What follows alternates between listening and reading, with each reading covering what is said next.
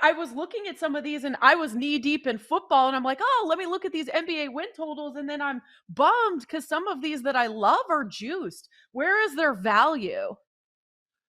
Yeah, so, I think some of them are already puffed up a little bit, but I don't know that I don't know that it matters that much to me. Like, I kinda like Mhm. the Knicks to go over, even though that number's probably a full win higher than I expected it would be. I just think that's another team where everything last year went wrong for them. Julius Randle was terrible offensively. They brought in more efficiency with Jalen Brunson, so that's still one that could sort of slip up and over the total. So yeah, I wouldn't worry too much about it. I think the highest profile teams are ones that you generally want to look at and under and see if you can talk yourself out of it. So like Brooklyn now with Kevin Durant agreeing to play for them. I don't know what the hell's going on out there, but I guess he's staying. The Lakers number is always higher than it should be. Those are ones where you can start with an under and sort of flip it back the other way.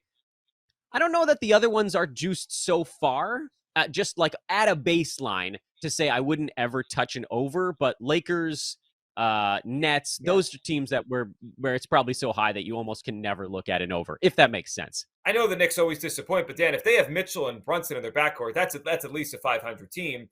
And the Jazz are going to be bad anyway. But if they dump Mitchell, I mean, that could be the worst team in the NBA or one of the worst. What do you think about that? Kind of the correlating a potential trade with the over and under in those two teams. Yeah, I think it makes a ton of sense. It's almost like setting yourself up for a middling opportunity based on expected news, which I really like a lot, especially like you said, when the play itself you kind of like anyway. Utah is going to be horrible without Rudy Gobert. I know we love to make Rudy the butt of all of our jokes, but he was everything that they built there was around him. I know that we want to say, oh, like they're building around Donovan Mitchell, but I don't know if anybody watched the games that Rudy missed last year. The Jazz couldn't stop teams even for a second. They were going to give up a buck 15 to a buck 25 every game.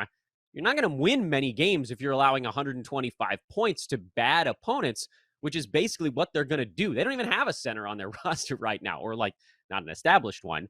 So, yeah, I love it. I think the Jazz probably go under even if they don't make the move. If they trade Donovan Mitchell, then they obviously become a tank team. And on the flip side, like I was saying a second ago, I actually like the Knicks to go over. They're always going to play hard. I like the moves they made this offseason already to just shore up the efficiency on the offensive side, which was just awful last year. They still got close to being a 500 team. We're only talking about needing another 2, 3 wins over a really bad season in New York. And then again, if that trade goes down, you might be able to set yourself up for a 3 or 4 win middle opportunity, which you pretty much always have to take at this point because that's a big window. And I do think Donovan Mitchell would be graded out at least 3 wins, especially when you consider that betting into it after the fact probably moves the line even a little bit farther.